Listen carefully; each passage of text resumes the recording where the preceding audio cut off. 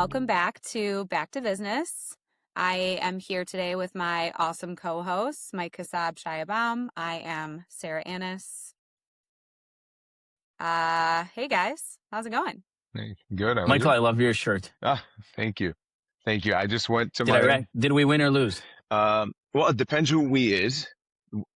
And Iraq lost the game, but they scored a goal, and that is a huge win for the country and all Ooh, the amazing. expats all over the world. But We'll give that a little clap. Hold on. So it was like 7-1? it was 4-1, but it was 1-0. Norway was up 1-0, and then we scored a tying goal, and the stadium erupted. It was so cool. That's pretty cool.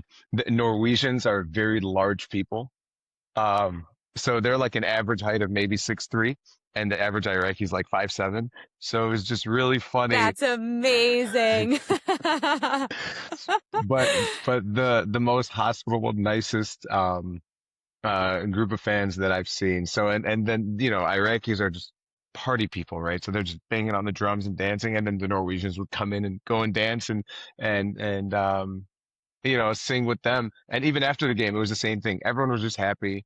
Everyone knew Iraq was going to lose, which made it easier of a pill to swallow at the end. It was very nice. I got a question though. At the top of the shirt, is that supposed to be like it's supposed to be like bling on the collar? Yeah, because we know the Chaldeans love their. Yeah, okay, that's smart. It does kind of look like a gold necklace. Yeah, collar. it does. Yeah. It almost looks like the Mike. You know the kaftan, right? You know the robes. In Hebrew, it's called kaftan. Is that the look? I like it. Probably. I like it. It does look like I've got a chain around. Got a lot of compliments on this over there. So. Yeah, it's really nice. So talk to us about did Sarah and my shirts get lost in the mail? Did we? What's the? They are right in the mud room, waiting for you guys. Gotcha. Yeah. They're all wrapped up nice, right? With a bow and. Oh yeah. Does Sarah have the bling on it or no? No, unfortunately not. You guys have the official kits. Mine is like an off-brand. This is not their actual kit that they wear. But I wasn't sure I could get one in time. No, I got you the legit one. Mine is aftermarket. We have the verified swag. Okay, but I want that one. So can you get the legit one and I'll take the one off your back? Should I just say thank you? Okay. Absolutely not. It's a negotiation. Sarah, it's a negotiation. Are you kidding me? So I know better. So Shaya wasn't here when Sarah and I were speaking about this. So Shaya, what size would you think you are in a soccer jersey shirt? XX. This is a XX. Shia knows his European size. Yeah, I know, he's better at this than I am. I went and got a large, and I realized it was meant like for my kids. So European sizes differ bigly. Well, you know where we get those clothes in New York where we shop, and it's like it's crazy because I got like a sweatshirt at the Tigers game the other day, and it was I think Grayson or whatever, and I was a small, and I'm never a small. That thing is huge on me. And then I go to that shop in New York, and it's like, dude, you're XX. I'm like, what? Like, make up your mind. How is this possible? It's crazy. I think like a lot of Grayson's usually runs small, but the sweatshirts were big. Okay, good to know. Mm-hmm. Yeah, the sweatshirt was very large. That one, it's like it has the pockets on the front. It's really good. But in the golf pro shops, a lot of pro shops now, they do like what's that brand, like Peter Millar or whatever, and it's like, they make like medium is like XX, so like the guy's like, oh yeah, I'm a medium. Like, you're not a medium. I feel like that says a lot about American and European people, that our sizes are just so off. I mean, Mike, you're certainly what do you mean, Sarah? Tell us more. 2XL. I don't know. It's just interesting. Funny. I mean, their 2XL is what like a U.S. large would be. That's. Why do you think that is? You can connect the dots. No, explain it for the fan. I think everyone knows exactly what I'm saying. Sarah, Shaya and I have many takes on this podcast, and I know you're shying away from a very important take here. I just think it Mike, speaks I feel like today we should switch the topics to her. I feel we should be like, Sarah, answer first. What do you think? No. No, you know what? Someone told me I do a good job keeping you two on track today, a listener. So I think I need to just keep on doing what I'm doing. That was enough for me to hear. By the way, that is a big compliment because keeping the two of us on track is challenging. Good luck. No easy feat. No one's ever done it before. Literally. Speaking of, and Shai, I know you've had a busy week traveling and whatnot too, so not to just ask Mike what he was doing and then ignore you completely. So why don't you share a little bit about your week? Well, his life is a lot more interesting than mine. He lives, completely different life. I'm working hard. Struggle is real. And Michael on the other hand was on the field at a soccer game, from what I understand, with a VIP treatment. Shots fired. No, not shots fired. It's I almost made the cut and got invited. It's always the people we whose talked countries, about it on last week's episode. Always the people whose countries didn't make it to the World Cup that got something to say. I'm call American. It even now. Good job, Mike. Is America in it? The country that they root for didn't make it. Are you rooting for America? We got a big USA game today. Do we? Yeah, 3 p.m. So when is it? It's starting in about an hour or so. Go USA. So but on a serious note, can you explain to me how it works? So you lose one game, do you get knocked out? Is it you have multiple? What's the structure? Yeah, I know a bunch of countries make it. We talked about that last week. Okay, Now they're in. What happens once you make the series? Yeah, very simple. It's group stages. So there's I think 12 groups of 4. They each play 3 games, so each team plays the other team in that group. And if you win the game, you get 3 points. If you draw in the game, you get 1 point. And the structure is a little bit different this time around, but typically the top 2 will advance to the knockout stage.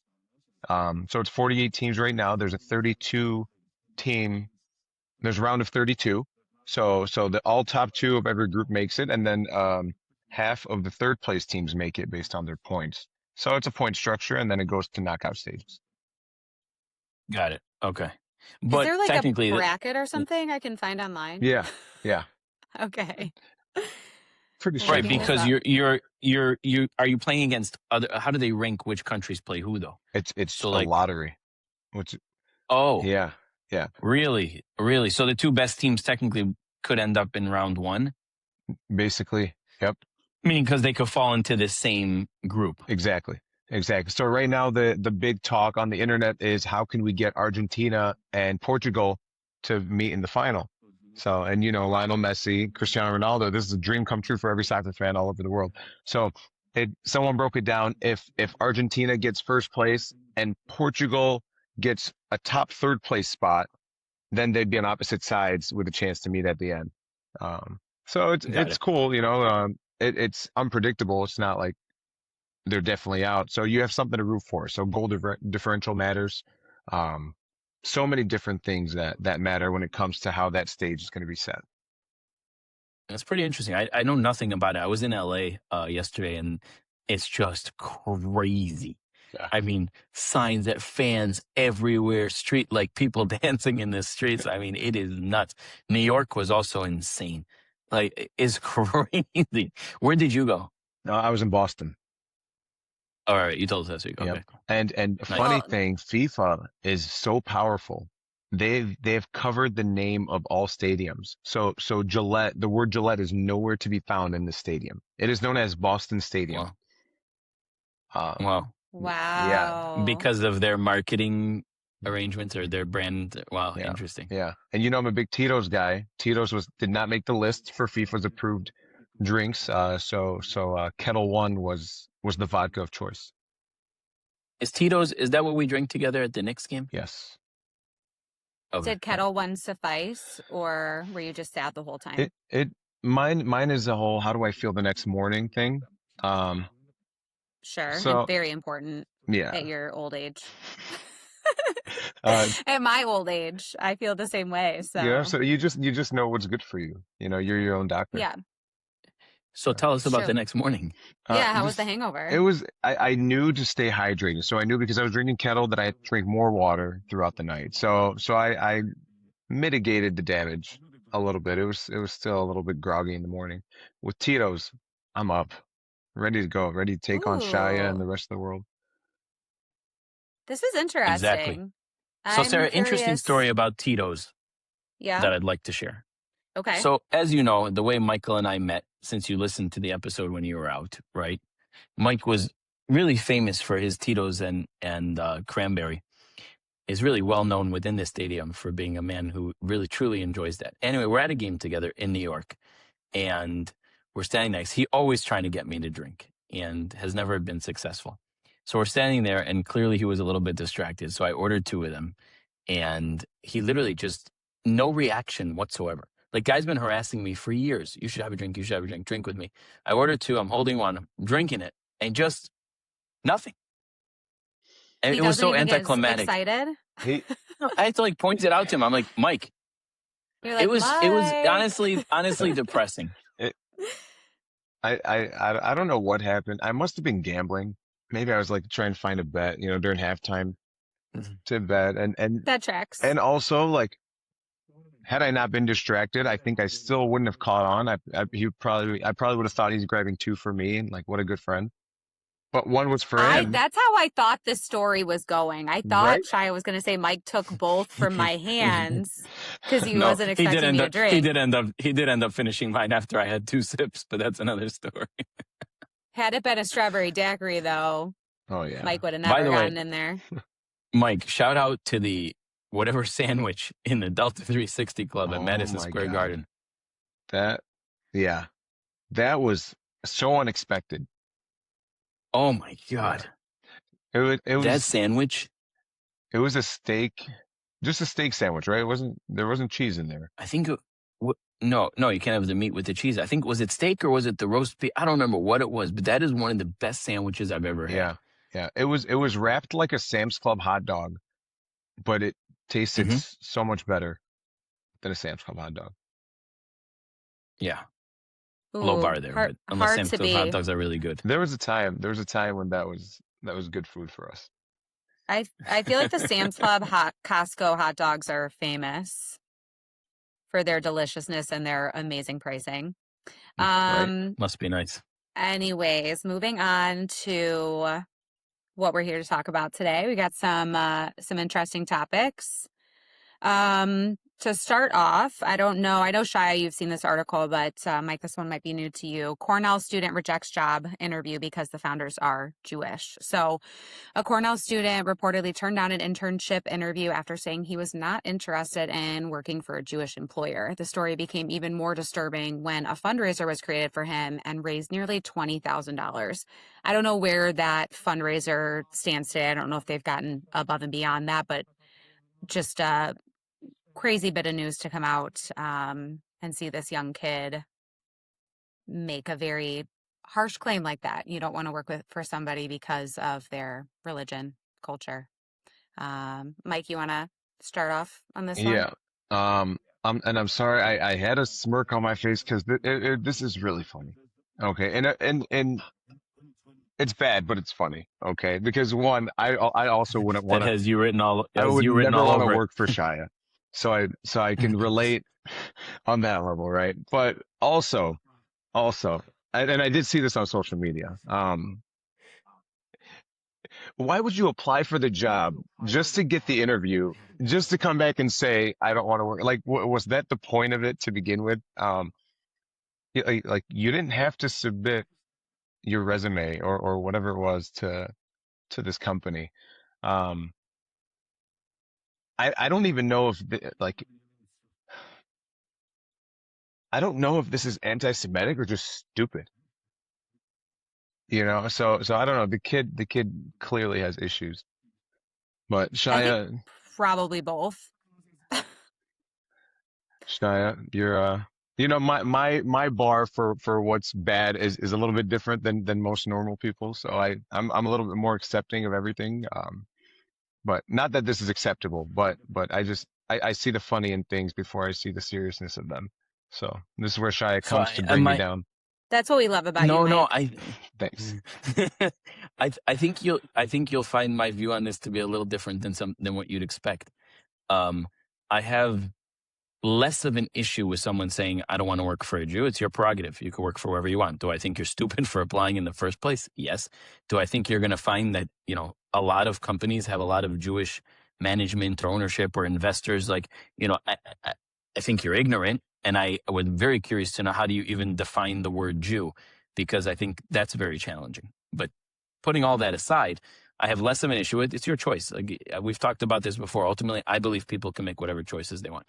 My bigger issue with it is, you have a right to say, I don't want to do that. And he has a right to say, hey, this guy applied and said he doesn't want to work for a Jew. Both those things, no problem. My underlying concern with it is the amount of, and this is real anti-Semitism, that has gone the way of the founder since then. So I don't know if you guys saw, they went after like his parents' business, where they wrote like thousands of one-star reviews and they tried to boycott it. And there are tens of thousands or hundreds of thousands of people gathering together to target the Jewish owner. That's where I have a problem. I have less of an issue with the individual being ignorant. His choice. You want to be ignorant, be ignorant. I have no problem with that. You want to, like I said, hundreds or thousands of conversations at this point where you literally ask someone, what does it even mean when you say a Jew and they can't answer the question? It's like occupation. Translate, they have no idea. It's like a term. My underlying issue is with what came after. I think the abuse that the Jewish founders have suffered is kind of speaks to the underlying anti-Semitism in this country and really in the world today, and that's terrifying. I couldn't agree more. I do have a follow-up question for you, though. Do you think that there's a responsibility in Cornell or on Cornell to have some repercussions for this, or just stay out of it completely? Like, what would your preferred response be from a university, any university dealing with a public story like this? Yeah, so I think he didn't do anything wrong, meaning from my perspective, it's not like you have a campus protest where Jews can't walk across campus or they feel intimidated to go to class or people are beating them up in the streets. I mean, he did something wrong from my perspective because I think he's ignorant, but Yeah. that's his choice. You have a right to be ignorant in this country, and I support people's rights to be ignorant, right? So I don't think the school should punish. Can we make that into a bumper sticker or something? I do. I really do. Even if I disagree with it, Yeah. they have a right to be ignorant. That's fair. Like from my perspective, good ideas will win if amplified correctly. Bad ideas won't. And it's on us to amplify good ideas, right? But that doesn't mean someone can't have a bad idea, right? I don't think he should be punished by the school. I think his parents should probably punish him for, raising an idiot. But other than that, I like the school shouldn't punish him. But again, I have a much larger issue with what happened after than I do with, the ignorant kid who, I don't know, where he's going to end up working. But what's going to happen if he gets a job somewhere else and he has a Jewish manager? Or Right. there's a Jewish person in the office. And again, to my original question, how do you define Jew?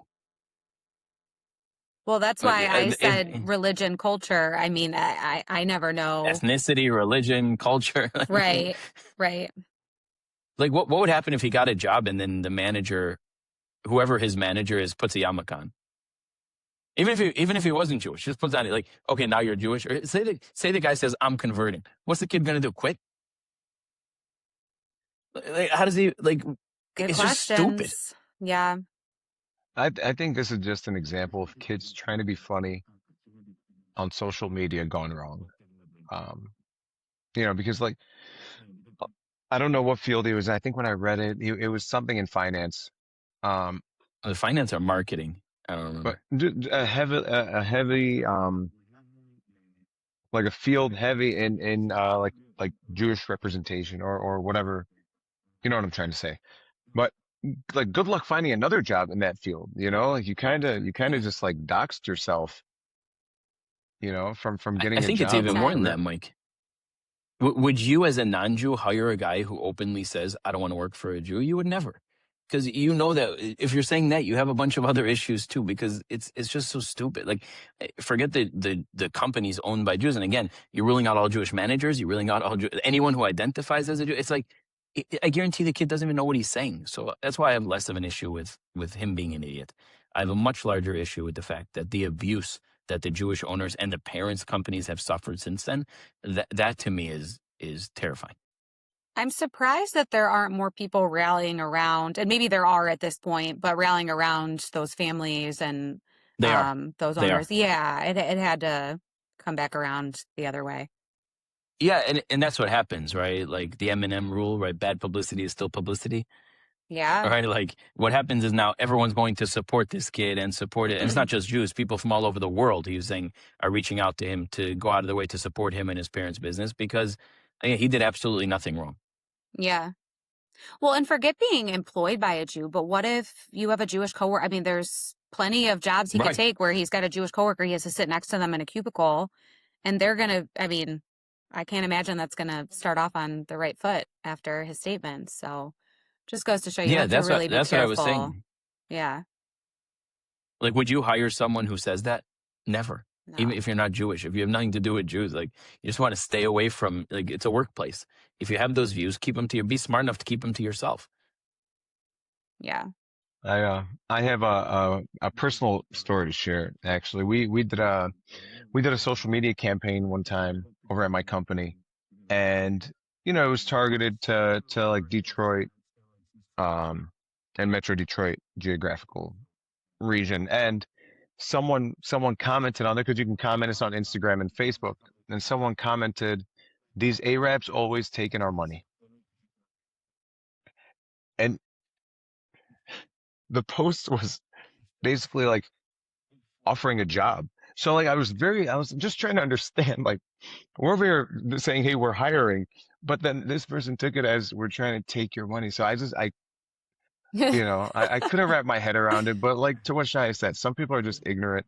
And we need those people on this earth, because who else is going to keep buying Bitcoin, right?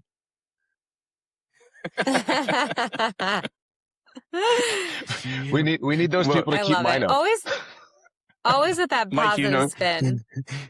He always is. Mike is the best. I don't have any social media, right? So I don't see a lot of stuff. But Sarah or Natasha, shout out Natasha. Shout out to Natasha.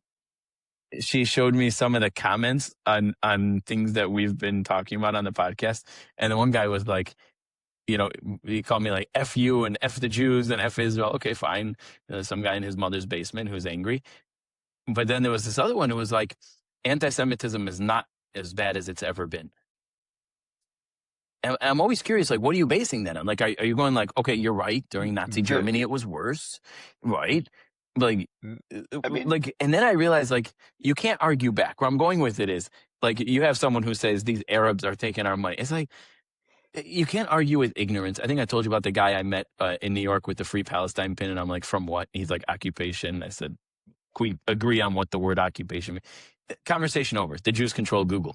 That's what he told me. I'm like, okay. Like, when I showed him Google Maps that Gaza has a border with Egypt, he's like, oh, that's not true. The Jews control Google. And I was like, how do you have an intelligent conversation with someone who won't even acknowledge, like, there are certain facts?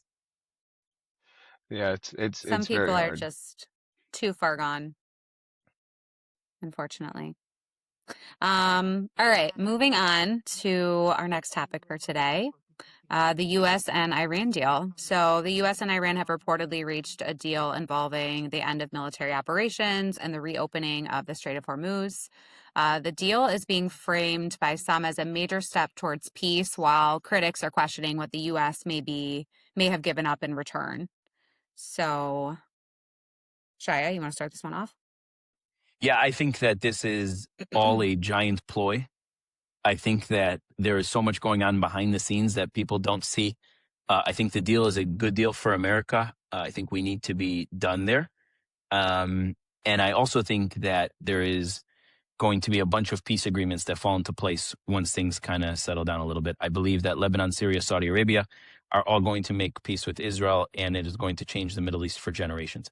I think Witkoff and Kushner are 100 times smarter than everyone sitting on their couch commenting about how good it is or how bad it is. And I think that, I don't know, smarter maybe, but at least more knowledgeable about this topic. Let's put it that way.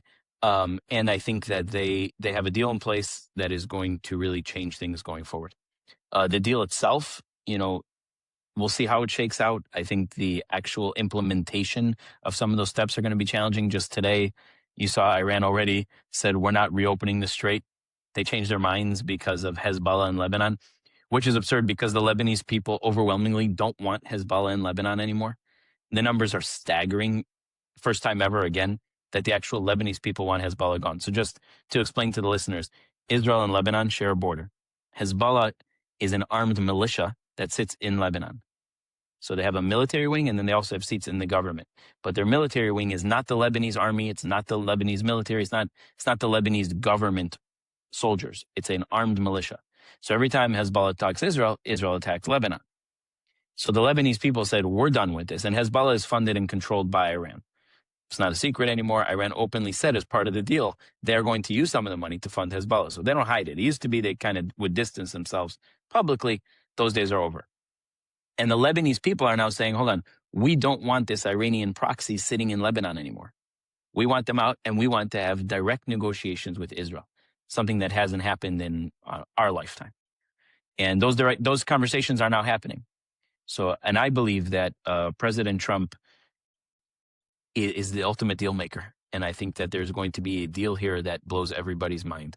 One thing to add before Mike jumps in is it's very interesting to me how you had all these people screaming about how Israel got Trump to declare war and Israel drove Trump into war and Israel this and Israel that.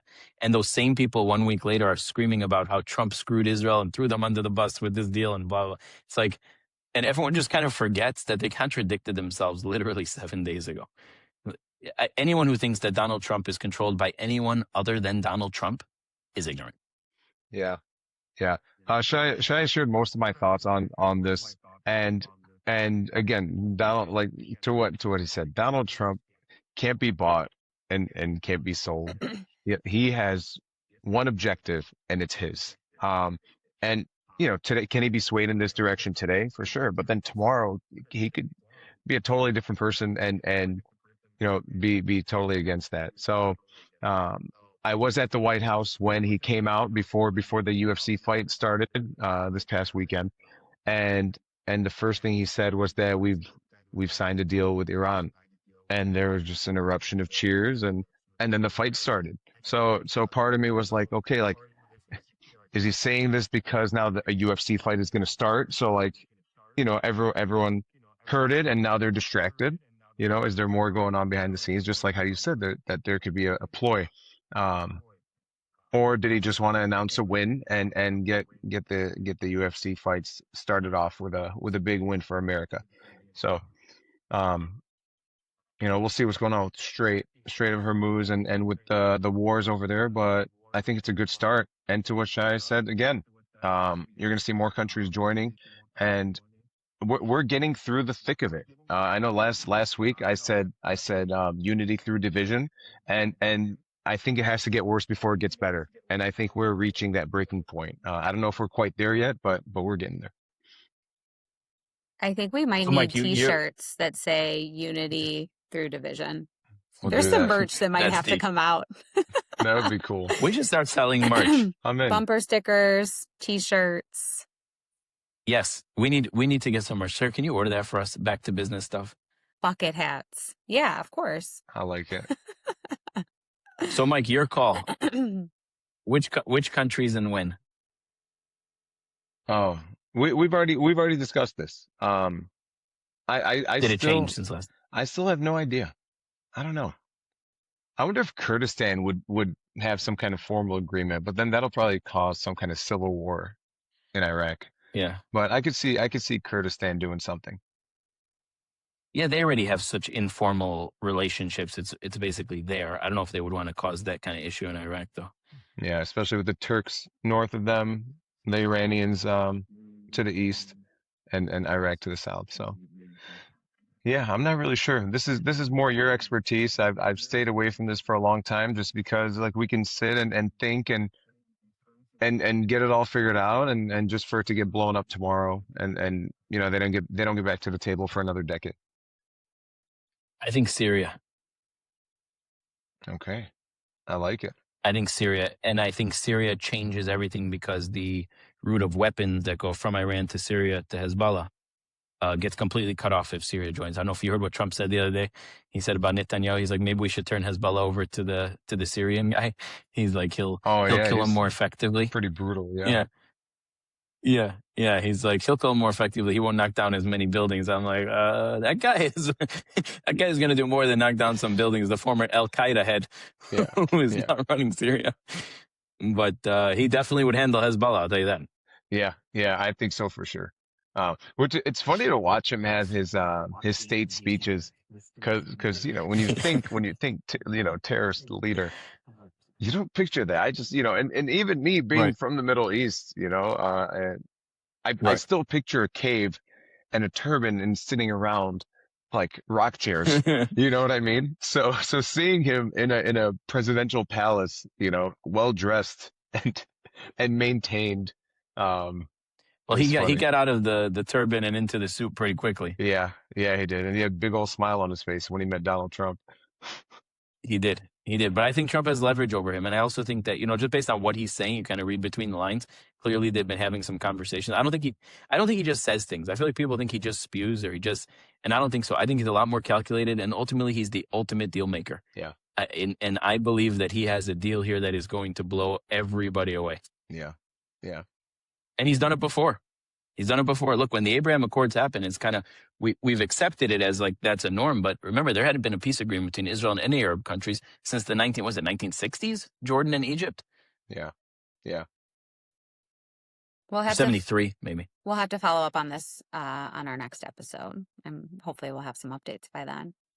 All right, last topic for today. Moving on, marijuana, gun rights, and the Supreme Court. United States versus Hamani. So the Supreme Court sided with the Texas man who challenged a federal restriction that kept him from owning a gun because he used marijuana.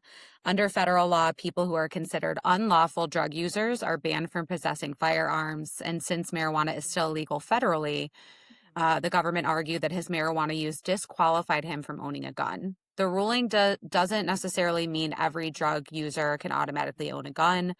The bigger issue is whether marijuana use alone should be enough for the government to take away someone's Second Amendment rights, or whether the government should have to prove that person is actually dangerous. Mike, I'm dying to hear your thoughts on this one.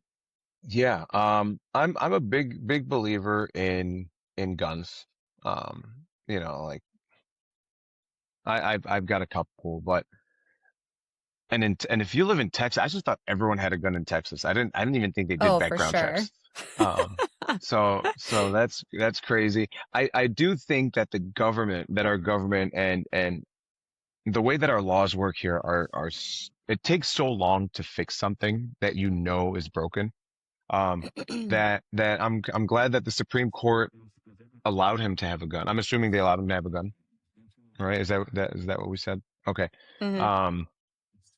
But I don't think it should be a case by case basis. But then again, I mean, if we're gonna amend gun laws, then sure it can be a gun, case by case basis. But if you're doing it just based on the fact that someone has a felony or on their record that happens to be a federal law stopping you completely, there's so much reform that's needed. And Shia knows so much more about these things, just because he's so much more deeply involved in Fireflies and our Innocence Project, that he sees these kind of things all the time. I can just speak from my experience, which is none, but I do think that one, we've got to get rid of making marijuana a felony. Okay, because there's a lot of people at my company that I can't hire because a felony pops up on their record, and unfortunately, they don't care what kind of felony that is. There's like a certain time frame that I can't hire them, and it's just weird. It's 2026. This is not a problem anymore, and it needs to be fixed. Yeah, and honestly, with marijuana, I tend to think it's like better than someone who's consuming a lot of alcohol. I mean, that's not true for all people, but I tend to think of it as like more benign than most substances you can be using. So yeah. Is someone who takes hard pain pills, prescribed hard pain pills, allowed to have a gun? When the pill bottle says like do not operate heavy machinery or whatever. Gun's not heavy machinery, but you know what I mean. Yeah, no, absolutely. You shouldn't. Good point. But then those people it's okay for them to have it. Right. And anyone who drinks alcohol, there's never been an issue there. But I don't know, you drink too much alcohol, you put a gun in your hand, like bad things could happen. So yeah. That's a good point. So my thoughts, I think are fairly similar. Just to your point you made before about people having felonies. Yesterday I spent a considerable amount of time with Harry O, the founder of Death Row Records, who went to prison for 33 years and Trump pardoned him. And one of the things he told me he's working on is a federal law that would expunge anyone who had a 5-year felony or less from their record if they served their time and were now contributing, after X amount of time of coming out of prison and showing that you're, a good citizen. And they're working on getting that done. So I think most people hopefully would fall into this box, who you're looking to hire. Because you're right, preventing people from having an opportunities after they've served their debt to society is just flat out wrong. I don't see how that's I don't see why that's in place anyway. Like, I don't know why there's anything wrong with hiring people who have had a felony. The question is not, did they have a felony? Did they make a mistake? The question is, who are they today? And that to me is a sign of a broken system, which we could spend all day talking about. In regard specifically to the marijuana, was the person high with the gun, or was the question is because he had a marijuana conviction, he's unable to carry a gun? I wasn't clear on that. I'm going to do a little bit more research on this. Bear with me a moment. Because I can understand if you're high, whether that's drunk or weed or whatever you're doing, why possession of a firearm should be a really bad idea, right? Sure. But just because you have a marijuana conviction or you smoke weed or you still have it in your system shouldn't prevent you from having a gun. I think the Supreme Court got it right. But again, to me, if you're drinking, are you allowed to carry a gun? I don't think you are. Right? If your blood alcohol is above a certain limit, are you allowed to have? I don't think you're allowed to have a gun. So to me, that makes sense. If you're high, now how do you measure, levels of being high on marijuana? I know that's a much bigger conversation, but ultimately, if you are, not in the right frame of mind, then I don't have a problem with the court putting a box around you shouldn't be able to carry a weapon, but it shouldn't prevent you from owning one. Yeah, I agree. If you're intoxicated in any capacity, you shouldn't. That's what makes a responsible gun owner. If I have my gun on me and then my friends want to go down to the bar, I need to think, okay, I've got my gun with me, so I probably shouldn't have a drink today. Right. And are you allowed to bring it into the bar though?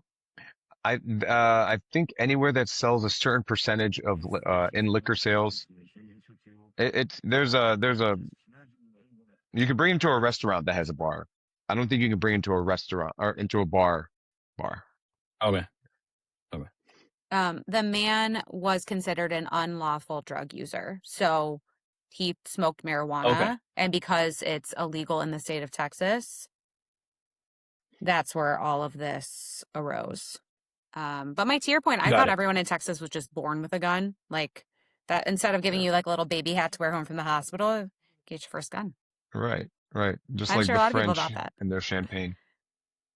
Exactly. Or their cigarettes. Sarah, we need some more controversial topics for next week that we disagree on. I feel like today we agreed a lot. I know. It didn't get too heated. You guys kept your cool the whole time. I'm really proud of you, honestly. But we'll work on some more controversial topics. We can do that. No problem. I'm trying to think, what would be something that we'd really disagree on? What would be a topic, Mike, we really disagree on? I was thinking about it earlier, and I wanted to bring it up with the Iran conversation. Ben Gvir. What's going on with this guy? I think we agree on this one too. It's crazy. I know. He's crazy. I know, you're into the politics here in the States and in the Middle East and things like that. So when I was reading about how this deal was sold as a win, and then I'm seeing his tweets on the other side, I was thinking about it. I was like, I wonder if Shia agrees with this or if he thinks this guy is just off the rails. No, he's like, but even in Israel, he has 4 seats. He's like the Marjorie Taylor Greene, or people give him so much. People oh, but he's in the Knesset. Well, when you have a parliamentary system, that doesn't mean you're making governmental decisions. He's the head of the police, giving out speeding tickets and oh, but he manages the prison service. Okay, he's not making government policy. I completely agree with you. The guy's off the reservation. But, when you have 120 members, you're going to have 2 or 3 who are a little cuckoo, who, in every country, you're going to have a very small percentage of people who support communists. And, Bernie Sanders has support, right? He's the Bernie Sanders of Israel. Yeah. It's no one there's going to be a small minority of people who support Bernie Sanders. Well, actually, in America, that amount's growing. But in Israel, you have extremists everywhere, and he has some support, and it's never going to change. He's allowed. Yeah. It's the, what's the word? The smallest ones make the biggest noise. What's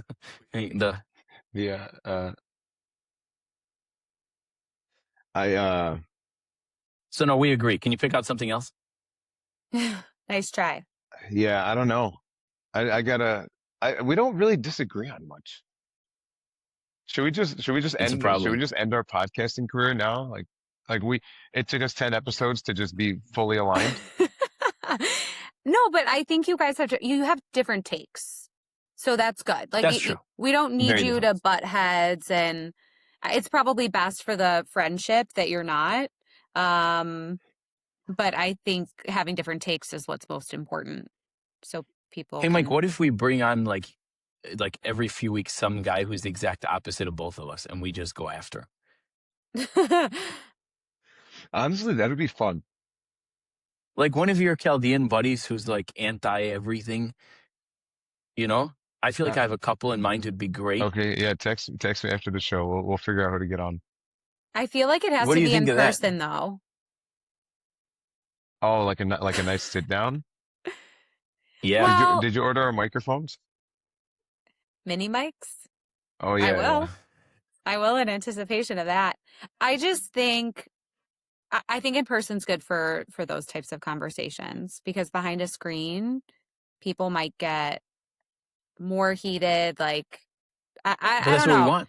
Well, I know, but I want them to debate and get into it, but I don't want it to get too extreme. So I feel like in person's good. I don't know. Up to you guys. Mike, you have some friends who I have in mind who would be perfect. Perfect. Then text me after and we'll set it up. Yeah, Sarah, we should do that, and then we'll have some really controversial topics for those weeks. Before we end it, here. Yes. Before we end it, I met an older woman, like a grandmother type age woman, at this UFC event, right? And I'm just me, friendly me. I got to talk to everyone, and she was the sweetest old lady, and I guess she's got a museum in Florida, it's at St. Pete's, and I'm just talking to her, and we're just having just a regular conversation. She's like, "Oh, I made $160 million yesterday." And I'm like, "Whoa, like how can I do that?" And she said that. Please tell me it's Elon Musk's mother. No, she had. Was it? No, it wasn't his mother, but she invested into SpaceX in 2019, and just made all that money. Yeah. Very, very sweet lady. I took a picture with her. And she invited me over to the museum. She said, bring your family and enjoy it. I forgot the name of the museum, but I've got it in my phone somewhere. So her name was Trish. That's amazing. Trish Duggan. So Sarah, just to the Mike talking to everybody point.